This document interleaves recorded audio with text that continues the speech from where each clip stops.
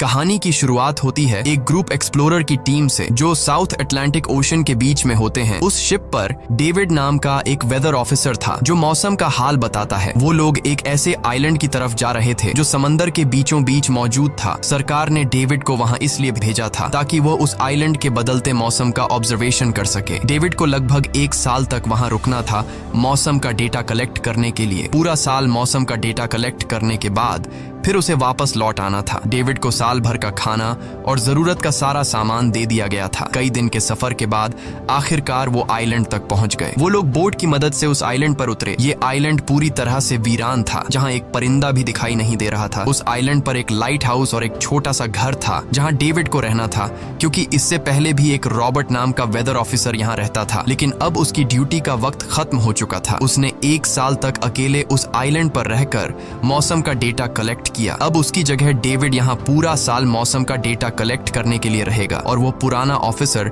Robert ship के साथ वापस चला जाएगा। लेकिन जब पूरी टीम ने घर को विजिट किया तो वो हैरान रह गए, क्योंकि वहाँ किसी भी इंसान का नामो निशान नहीं था। कमरे के अंदर पुराने ऑफिसर का सारा सामान यहाँ वहाँ बिखरा पड़ा था। जिसके बाद कैप्टन और डेविड ने सोचा कि शायद लाइट हाउस में कोई हो सकता है। कैप्टन और डेविड बिना वक्त गंवाए लाइट हाउस की तरफ बढ़ते हैं और वो सब वहाँ एक अजीब नजारा देखते हैं। वो देखते हैं कि पूरा लाइट हाउस तेज और नुकीले लकड़ियों से घिरा हुआ था, जैसे किसी ने जानबूझकर उसे बंद कर दिया हो ताकि कोई भी अंदर न जा सके। जिसके बाद कैप्टन और डेविड ने लाइट हाउस का गेट कई बार नॉक किया, लेकिन अंदर से कोई रिस्पॉन्स नहीं मिला। आखिर में उन्होंने गेट को जोर से धक्का दिया और अंदर घुस गए। लाइट हाउस के अंदर उन्हें एक आदमी मिला जिसका नाम ग्रूनर था। जब उन्होंने ग्रूनर से पुराने वेदर ऑफिसर रॉबर्ट के बारे में पूछा तो उसने जवाब दिया कि वो तो मर गया है। वो समंदर की तरफ गया लेकिन दोबारा कभी लौटकर वापस नहीं आया। ग्रूनर की बातें सुनकर डेविड और कैप्टन दोनों चौंक गए। ये सब सुनने के बाद कैप्टन ने डेविड से कहा, अगर तुम अब भी चाहो तो हमारे साथ वापस चल सकते हो। लेकिन डेविड ने वापस जाने से इनकार कर दिया। डेविड ने सोचा अगर वो सरकार को उस आइलैंड का एक्यूरेट वेदर रिपोर्ट दे पाया तो उसे काफी मोटी रकम मिल सकती है। जिसके बाद कैप्टन ने उसे एक गन दी खुद की प्रोटेक्शन के लिए, और कैप्टन ने डेविड से कहा कि ये जगह मुझे सेफ नहीं दिखाई दे रही, अपना ख्याल रखना। इसके बाद उसे वहीं पर छोड़कर वो सब वापस चल दिए और अब ये दोबारा वापस 1 साल बाद आएंगे। कैप्टन के जाने के बाद डेविड ने घर को थोड़ा सेटल किया, रहने के काबिल बनाया। रात होने के बाद उसे ड्रॉर में एक डायरी मिली जो पुराने वेदर ऑफिसर रॉबर्ट की थी। उस डायरी में आइलैंड के बारे में बहुत कुछ लिखा था। डायरी में एक मिस्टीरियस क्रीचर के बारे में कुछ बातें लिखी गई थी, लेकिन सब कुछ साफ नहीं था, कुछ बातें अधूरी थी। डेविड हर लाइन को ध्यान से पढ़ता गया। उस डायरी में कुछ अजीब तरह के जानवरों के स्केचेस भी बने थे। डेविड को समझ नहीं आया उसने ऐसी पिक्चर्स क्यों बनाई थी। शायद वो अकेला था और टाइम पास के लिए ऐसा किया होगा। डायरी के एक पेज पर पुराने ऑफिसर के वाइफ की फोटो भी लगी थी। डेविड वह डायरी पढ़ते पढ़ते थक गया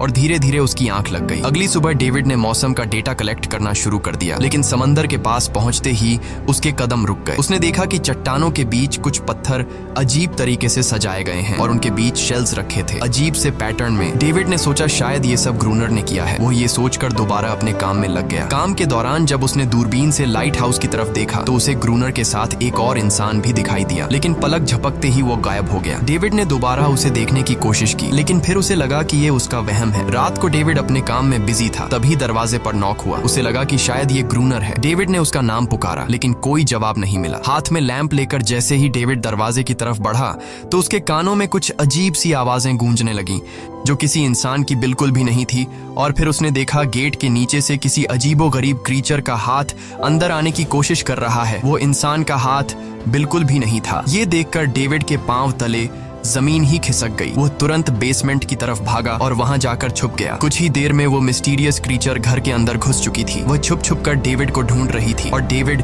बेसमेंट के एक छोटे से दरार से उसे देखने लगा। डेविड की हलचल से उस क्रीचर ने डेविड को देख लिया, जिसके बाद वो क्रीचर डेविड को मारने के लिए तेजी से उसकी तरफ भागा और दरार से उसे पकड़ने की कोशिश करने लगा। तो डेविड ने खुद को बचाने के लिए फौरन चाकू उठाकर उसकी आंख में दे मारा। वो क्रीचर चीख के भाग गई, लेकिन वो कभी भी वापस आ सकती थी। और डेविड के दिमाग में ये बात कंफर्म हो गई कि जो डायरी में क्रीचर के बारे में बात लिखी थी वह सच है। डर के मारे वो पूरी रात सो न सका। अगली सुबह जब डेविड घर से बाहर गया तो उसने रेत पर कुछ पैरों के निशान देखे जो किसी इंसान के बिल्कुल भी नहीं थे। वो निशान सीधे समंदर की तरफ जाकर खत्म हो गए थे। अब डेविड को सब समझ आ गया था कि क्यों ग्रूनर ने लाइट हाउस के चारों ओर नुकीली लकड़ियां लगाई हैं। अब डेविड जान गया कि अगर मैं इस घर में रहूंगा तो वो क्रीचर मुझे कभी भी मार सकते हैं। डर के मारे डेविड लाइट हाउस की तरफ दौड़ता है और ग्रूनर को चिल्लाकर कहता है, गेट गेट खोलो, मुझे अंदर आना है। लेकिन ग्रूनर उसे अंदर नहीं आने देता और कहता है तुझे शिप के साथ लौट जाना चाहिए था। डेविड निराश होकर वापस लौटता है क्योंकि क्रोनर उसे लाइट हाउस के करीब भी नहीं देखना चाहता था। वो उसके ऊपर पानी गिराकर उसे दूर जाने को कहता है। अब उसे खुद ही कुछ करना होगा। उसने घर की हर एक विंडो को लकड़ी से बंद कर दिया,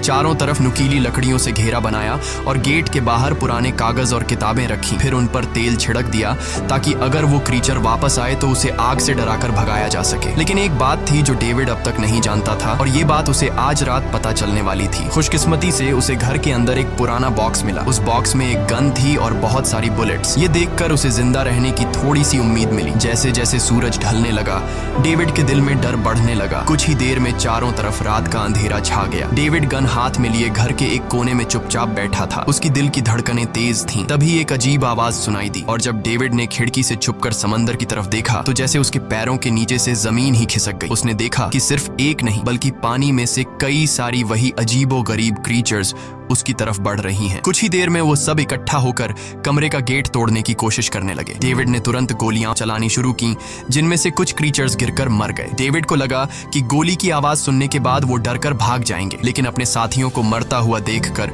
वो और भी ज्यादा गुस्सा हो गए। तब डेविड प्लान बी अपनाते हुए गेट के बाहर रखे कागजों और पुरानी किताबों को आग लगा देता है। आग देखकर वो क्रीचर्स डर के मारे वापस समंदर में लौट गए, लेकिन अब वही आग डेविड के घर तक पहुंच चुकी थी। घर के दरवाजे ने आग पकड़ ली और धीरे धीरे फैलने लगी क्योंकि पूरा घर लकड़ी का बना हुआ था। डेविड ने तुरंत एक चादर में खुद को लपेटकर अपनी जान बचाई और बाहर निकलकर लाइट हाउस के पास एक बड़े पत्थर के पीछे छुप गया। क्रीचर्स को शूट करते वक्त डेविड के हाथ में काफी गहरी चोट भी आई। तभी अचानक तेज बारिश शुरू हो गई। आग धीरे धीरे बुझने लगी, लेकिन पूरी रात की बारिश के बाद भी सुबह तक डेविड अपना घर नहीं बचा पाया। पूरा घर जलकर लगभग राख हो चुका था। अब अगर डेविड को जिंदा रहना है तो उसे लाइट हाउस में पनाह लेनी होगी। उसने अपनी राइफल उठाई और लाइट हाउस के पास के पत्थरों के बीच छुप गया और इंतजार करने लगा कि कब ग्रूनर पानी भरने आएगा। जब ग्रूनर पानी भरने के लिए लाइट हाउस से बाहर निकला तो डेविड उसके पीछे पीछे चल दिया, लेकिन तभी अचानक एक अजीब सा क्रीचर जो ग्रूनर के पास ही था उसने डेविड पर हमला कर दिया। लेकिन किसी तरह करके डेविड ने उसे काबू कर लिया। वो क्रीचर ग्रूनर का रक्षक था। जब वह उसे शूट करने वाला था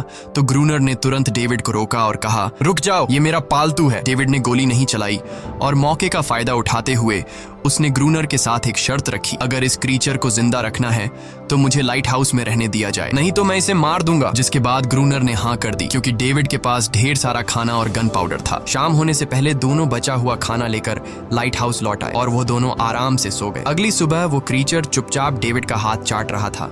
जब डेविड नींद से जागा तो उसने देखा कि इस क्रीचर के चाटने की वजह से उसका हाथ पूरी तरह से ठीक हो चुका है। ये सब देखकर डेविड हैरान हुआ। डेविड अब क्रोनर से इस क्रीचर के बारे में और जानना चाहता था और फिर ये सब दुनिया के सामने लाना चाहता था क्योंकि ये किसी जादू से कम नहीं था। डेविड ने सोचा, अगर इस क्रीचर का राज दुनिया के सामने हम लाते हैं तो डेविड और क्रोनर दोनों बहुत सारा पैसा और नाम कमा लेंगे। लेकिन क्रोनर को ये सब नहीं चाहिए था। वो इस आइलैंड से कहीं नहीं जाना चाहता था। क्रोनर का अब इस दुनिया में कोई नहीं बचा था। उसके लिए ये आइलैंड परफेक्ट था जहां वो अपने आप को एक किंग समझता था और अपनी मर्जी का मालिक। इसी वजह से उसने आइलैंड के कई हिस्सों में लिख दिया था, क्रोनर यहाँ का बादशाह है। लेकिन डेविड को ये समझ नहीं आ रहा था कि ये अजीब सी क्रीचर क्रोनर की फालतू कैसे बनी। तो क्रोनर ने बताया कि एक बार क्रोनर ने उसकी जान बचाई थी। वो गलती से उसके फिशिंग नेट में फंस गई थी। तब ये क्रीचर छोटी थी और उस दिन के बाद से वो क्रोनर के साथ ही रह गई। उसकी हर बात माननी शुरू कर दी। लेकिन क्रोनर एक सख्त इंसान था। वो इस क्रीचर के साथ बहुत बुरा बर्ताव करता था। क्रोनर हर दिन इस क्रीचर के साथ फिजिकल रिलेशन रखता था। क्रोनर ने बताया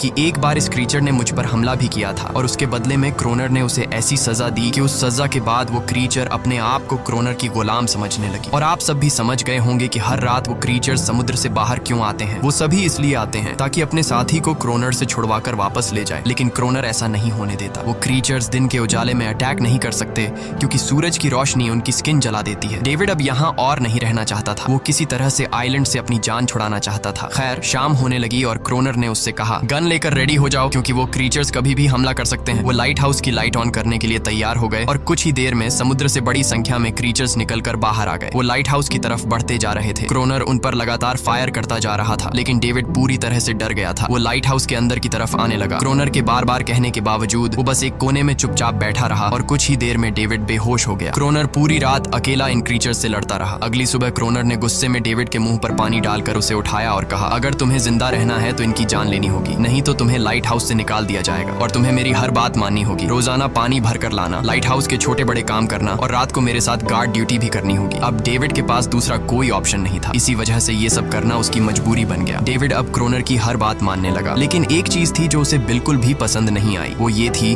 कि हर रोज उस फीमेल क्रीचर को अलग अलग तरीकों से फिजिकली टॉर्चर करना। रात होती है, दोनों फिर से गार्ड ड्यूटी के लिए तैयार हो जाते हैं और एक बार फिर वो क्रीचर समुद्र से निकलकर बाहर आते हैं। लेकिन आज डेविड को डर नहीं लग रहा था। उसने क्रीचर पर फायरिंग शुरू की, मगर आज क्रोनर कुछ भी नहीं कर रहा था। वो डेविड को बाहर छोड़कर लाइट हाउस का गेट बंद कर देता है और खुद चुपचाप अंदर बैठ जाता है ताकि डेविड खुद सीख सके कि इन क्रीचर से कैसे लड़ा जाता है। इसी तरह डेविड को लड़ते लड़ते वो रात कट जाती है और सुबह हो जाती है। सुबह क्रोनर ने देखा कि डेविड लाइट हाउस के गेट के बाहर खून में लथपथ बैठा था। अब उसने सीख लिया था कि इन क्रीचर्स से कैसे लड़ना है। इसी तरह समय गुजरता गया, रातों को इन क्रीचर्स से लड़ते हुए और दिन भर क्रोनर के लाइट हाउस के काम संभालते हुए। ये आइलैंड अब उसके लिए एक बंद घर जैसा हो गया था। वो हर वक्त सोचता रहता था कि कब ये जगह छोड़कर आजादी की सांस लेगा। समय के साथ साथ डेविड का उस फीमेल क्रीचर के साथ एक अजीब सी दोस्ती बन गई थी। डेविड को उसके लिए अब बुरा लगने लगा था। अब उसे समझ आया कि अपने लोगों को छोड़कर अकेला रहना कितना मुश्किल होता है। शायद वो क्रीचर भी कुछ ऐसा ही महसूस करती थी। डेविड ने उस क्रीचर को एक नाम भी दिया, अनारियस। इसी तरह से दिन गुजरते गए और फिर एक दिन उन्होंने देखा कि इन क्रीचर्स के अटैक्स धीरे धीरे कम हो रहे हैं। डेविड सोचता है शायद सर्दियों में वो कहीं और चले जाते हैं या फिर शायद उन्हें समझ आ गया था कि इन दोनों से लड़कर कुछ हासिल नहीं होगा। लेकिन क्रोनर ने उससे कहा कि ऐसा बिल्कुल नहीं है, वो फिर से अटैक करेंगे। अब वो अपनी संख्या बढ़ा रहे हैं। कुछ और दिन ऐसे ही गुजर गए। एक रात डिनर के बाद क्रोनर और डेविड ने टाइम पास के लिए चेस खेलना शुरू किया, लेकिन यहीं पर क्रोनर से एक बड़ी गलती हो गई। वो दोनों खेल में इतने उलझ गए कि लाइट हाउस की लाइट्स ऑन करना ही भूल गए। अंधेरे का फायदा उठाकर क्रीचर्स ने उन पर अटैक कर दिया। डेविड ने देखा कि क्रीचर्स की संख्या इतनी ज्यादा थी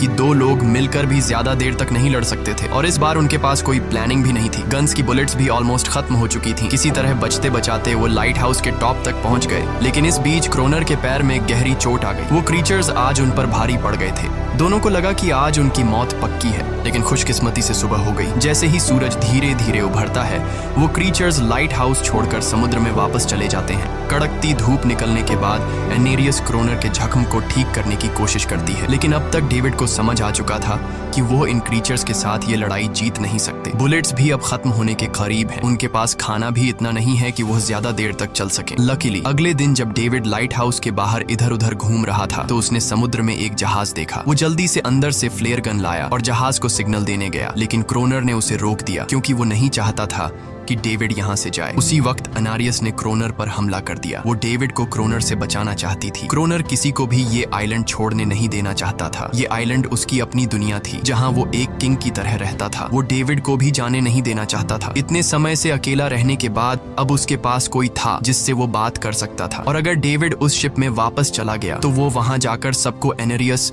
और उनके बारे में बता देगा। इसलिए अब डेविड यहाँ से नहीं जा सकता। धीरे धीरे वो शिप डेविड की आंखों के सामने समुद्र में गायब हो गई। अब उसके पास कुछ भी करने को नहीं था। कुछ और दिन ऐसे ही बीत गए। क्रोनर अब भी डेविड और अनारियस दोनों के साथ बुरा बर्ताव कर रहा था, लेकिन अनारियस को वो खास तौर पर मारता था, जो डेविड को बिल्कुल पसंद नहीं था। एक दिन डेविड ने अनारियस को एक छोटी टॉय बोट गिफ्ट में दी जो उसने किसी मछली की हड्डी से बनाई थी। लेकिन जब अनारियस ने उस बोट को देखा तो वो डेविड को आइलैंड के एक ऐसे कोने में ले गई जहाँ सचमुच एक असली बोट रखी थी। जब डेविड ने इस बोट के बारे में क्रोनर से पूछा तो उसने कहा हाँ, उसे पहले से पता था कि आइलैंड के इस हिस्से में एक बोट है। क्रोनर कहता है कि कुछ लोग इस आइलैंड तक बोट के जरिए अपनी जान बचाने आए थे, लेकिन सुबह होने से पहले उनमें से कोई भी जिंदा नहीं बचा। सबको इन क्रीचर्स ने मार दिया। वो सब शिप में गोला बारूद ले जा रहे थे, लेकिन समुद्र में आए तूफान की वजह से उनका शिप इसी आइलैंड के पास डूब गया। ये सब सुनते ही डेविड के दिमाग में एक आइडिया आया। उनके पास एक डाइविंग सूट जैसा कुछ था। डेविड ने कहा कि अगर हम दोनों में से कोई उस सूट को पहनकर समुद्र के उस हिस्से में जाए जहां वो शिप डूबी थी, तो हो सकता है उन्हें कुछ बुलेट्स या डायनामाइट मिल जाए जिससे इन क्रीचर्स से लड़ना आसान हो जाए। लेकिन क्रोनर ने इस बात को मानने से इनकार कर दिया, पर डेविड अपनी जान को खतरे में डालकर ये काम करने को तैयार था। कुछ और दिन ऐसे ही गुजर गए। डेविड और अनारियस के बीच एक गहरा कनेक्शन बन गया। डेविड डेविड उसे पसंद करने लगा था। इन दोनों को रोमांस करते हुए ये सब क्रोनर ने चुपके से देख लिया। क्रोनर को लगा कि अनारियस उसे छिन जाएगी, इसलिए डेविड को रास्ते से हटाना पड़ेगा। अगले दिन क्रोनर खुद डेविड की बात मानने को तैयार हो जाता है। वो डेविड से कहता है, ठीक है, तुम सूट पहनकर नीचे पानी में जाओगे और वहाँ ढेर सारा RDX कलेक्ट करोगे, फिर मैं तुम्हें बोट से ऊपर की तरफ खींच लूंगा। लेकिन क्रोनर का असली इरादा कुछ और ही था। वो चाहता था कि डेविड उसकी मदद से समुद्र के नीचे रखे डायनामाइट के बॉक्सेस वापस सरफेस तक ले आए और उसके बाद उसे वही समंदर में अकेला छोड़ दे ताकि वो क्रिएचर्स उसे मार दें। इस तरह डायनामाइट भी उसके पास आ जाएगा और अनारियस फिर से उसकी गुलाम बन जाएगी। वो दोनों बोट में बैठकर उस जगह पहुंच गए जहां शिप पानी में डूबा था। डेविड ने डाइविंग सूट पहना और समंदर के नीचे उतर गया। नीचे जाने के बाद डेविड ने देखा कि शिप पूरी तरह तबाह हो चुकी है, लेकिन उसकी किस्मत अच्छी थी कि उसे कुछ डायनामाइट के बॉक्स मिल गए। लेकिन तभी अचानक कुछ क्रिएचर उसके सामने आ गए। क्रिएचर्स को देखते ही डेविड घबरा गया और नीचे गिर पड़ा। वो डाइविंग सूट इतना भारी था कि वह हिल भी नहीं पा रहा था और डेविड क्रोनर को ऊपर सिग्नल भी नहीं भेज पाया। क्रोनर को लगा कि शायद वह क्रिएचर्स डेविड को मार चुके हैं, लेकिन असल में वो तो सिर्फ 2 छोटे बच्चे थे। डेविड ने जैसे तैसे करके अपना डाइविंग सूट वहीं छोड़ दिया और ऊपर सतह तक खुद को पहुंचाया। उन्हें वहां कुछ पुराने बॉक्स मिले जिनमें डायनामाइट था। इसके बाद यह दोनों काम पर लग गए। उन्होंने लाइट हाउस के आसपास 2 लेयर्स में डायनामाइट बिछा दिया ताकि जब अगला हमला हो तो वे मॉन्स्टर्स को एक ही बार में खत्म कर सकें। कुछ महीने बीत गए और बर्फबारी का मौसम आया, लेकिन एक बार फिर वो क्रिएचर्स गायब हो गए। अचानक से अटैक बंद हो चुके थे, जैसे क्रिएचर्स को खबर मिल गई हो कि उनके लिए जाल बिछाया गया है, इसीलिए अब वो अटैक नहीं कर रहे थे। क्रोनर को लगा कि शायद अनारियस ने उन क्रिएचर्स को खबरदार कर दिया है, जिसकी वजह से वो अनारियस पर जुल्म करने लगा, लेकिन डेविड ने उसे रोक लिया। आखिर में दोनों ने मिलकर एक नया प्लान बनाया, लाइट हाउस का मेन गेट खुला छोड़ने का, ताकि जैसे ही वो क्रिएचर्स पास आए डायनामाइट से उन सबको उड़ा दिया जाए। डेविड ने चालाकी से काम लेते हुए अनारियस को लाइट हाउस के टॉप पर चीखने को कहा। एनरिस की आवाज सुनते ही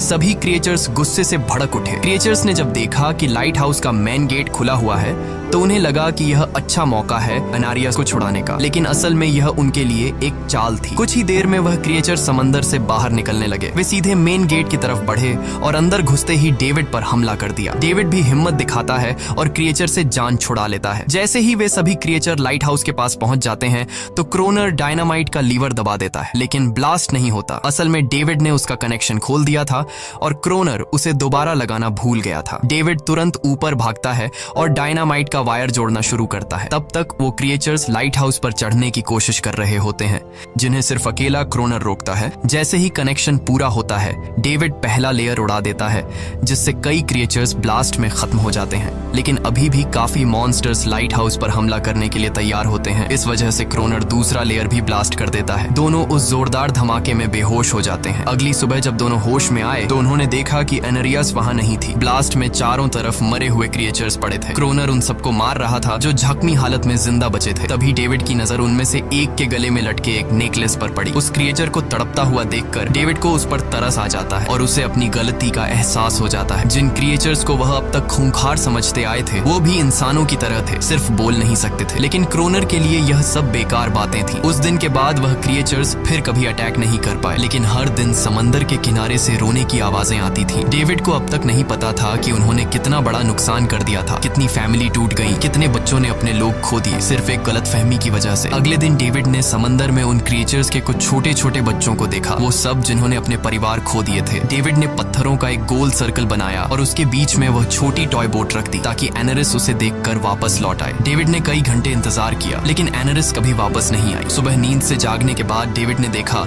कि क्रोनर सो रहा है। क्रोनर के पास कुछ पुरानी चीजें रखी थी, उनमें एक पुरानी तस्वीर भी थी, और जैसे ही डेविड ने उस तस्वीर को देखा वह हैरान रह गया। वह लड़की जिसका फोटो उसने पहले दिन पुराने ऑफिसर रॉबर्ट की डायरी में देखा था, वह कोई और नहीं बल्कि क्रोनर की पत्नी थी, और फोटो में क्रोनर उसके साथ खड़ा था। असल में 1 साल पहले आए वेदर ऑफिसर रॉबर्ट मरा नहीं, बल्कि उसने अपनी पहचान बदल दी थी, यानी क्रोनर ही वेदर ऑफिसर रॉबर्ट है। बस उसने अपना नाम बदल लिया था, क्योंकि अब वह कभी इस आइलैंड को छोड़ना नहीं चाहता था। ये सब देखकर डेविड ने भी यह उम्मीद छोड़ दी कि वह कभी इस आइलैंड से जा पाएगा। अगले दिन शाम को जब डेविड समंदर के किनारे गया, उसने देखा कि उस सर्कल में रखी छोटी बोट अब वहां नहीं थी, लेकिन उसी जगह पर उसने एक क्रीचर का छोटा सा बच्चा देखा जिसके हाथों में वह बोट थी। डेविड ने अपने हाथ में जलती हुई लकड़ी को उस सर्कल के बीच में फेंक दिया ताकि वह दिखा सके कि उसका इरादा लड़ने का नहीं है और उसे किसी को खतरा महसूस न हो। वह उनके साथ दोस्ती करना चाहता था। कुछ ही देर बाद समंदर की लहरों से अनारिस निकलती है और उसके पीछे पूरा क्रीचर्स का ग्रुप भी समंदर अंदर से बाहर आता है, लेकिन इस बार कोई भी डेविड पर अटैक नहीं करता क्योंकि वे भी अब शांति चाहते हैं। उनका इरादा सिर्फ एक सुरक्षित जगह पाने का था अपने बच्चों के लिए। लेकिन तभी वहां क्रोनर हाथ में बंदूक लिए पहुंच जाता है। क्रोनर को लगता है कि अगर शांति हो गई तो उसे सबसे ऊपर होने का एहसास कैसे होगा। डेविड उसे समझाने की कोशिश करता है कि ये क्रीचर्स लड़ना नहीं चाहते, ये शांति चाहते हैं। लेकिन क्रोनर किसी की नहीं सुनता। वो एनेरियस से चिल्लाकर कहता है अंदर चली जाओ। लेकिन ये पहली बार था कि एनेरियस ने उसकी बात नहीं मानी, क्योंकि अब वह उसकी नौकरानी नहीं थी। यह देखकर क्रोनर को लगता है कि अब इस आइलैंड पर उसकी बादशाहत नहीं रही। क्रोनर खुद को अंदर से कमजोर महसूस करने लगता है, क्योंकि अब कोई भी उसका हुक्म नहीं मान रहा था। गुस्से में उसने लाइट हाउस की तरफ कदम बढ़ाए। डेविड को लगा शायद क्रोनर को अब समझ आ गया होगा कि हर एक जानवर आजादी चाहता है, कोई भी किसी का गुलाम बनकर नहीं जीना चाहता। लेकिन क्रोनर के सर से बादशाहत का भूत कहां उतरने वाला था। जैसे ही वह लाइट हाउस पहुंचा, उसने सिग्नल गन से एक फ्लेयर छोड़ी जो सीधा जाकर एक क्रीचर के बच्चे से टकरा गई। उस बच्चे की तुरंत मौत हो गई। सभी क्रीचर्स डर के मारे भाग गए और एनेरियस ने भी डेविड पर अपना पूरा भरोसा खो दिया। गुस्से से पागल डेविड तुरंत लाइट हाउस की तरफ भागता है क्रोनर को सबक सिखाने। डेविड उससे लड़ने लगता है, क्यों किया तूने ये सब? ये लोग तो बस शांति चाहते थे। लेकिन क्रोनर इतना हिंसक हो चुका था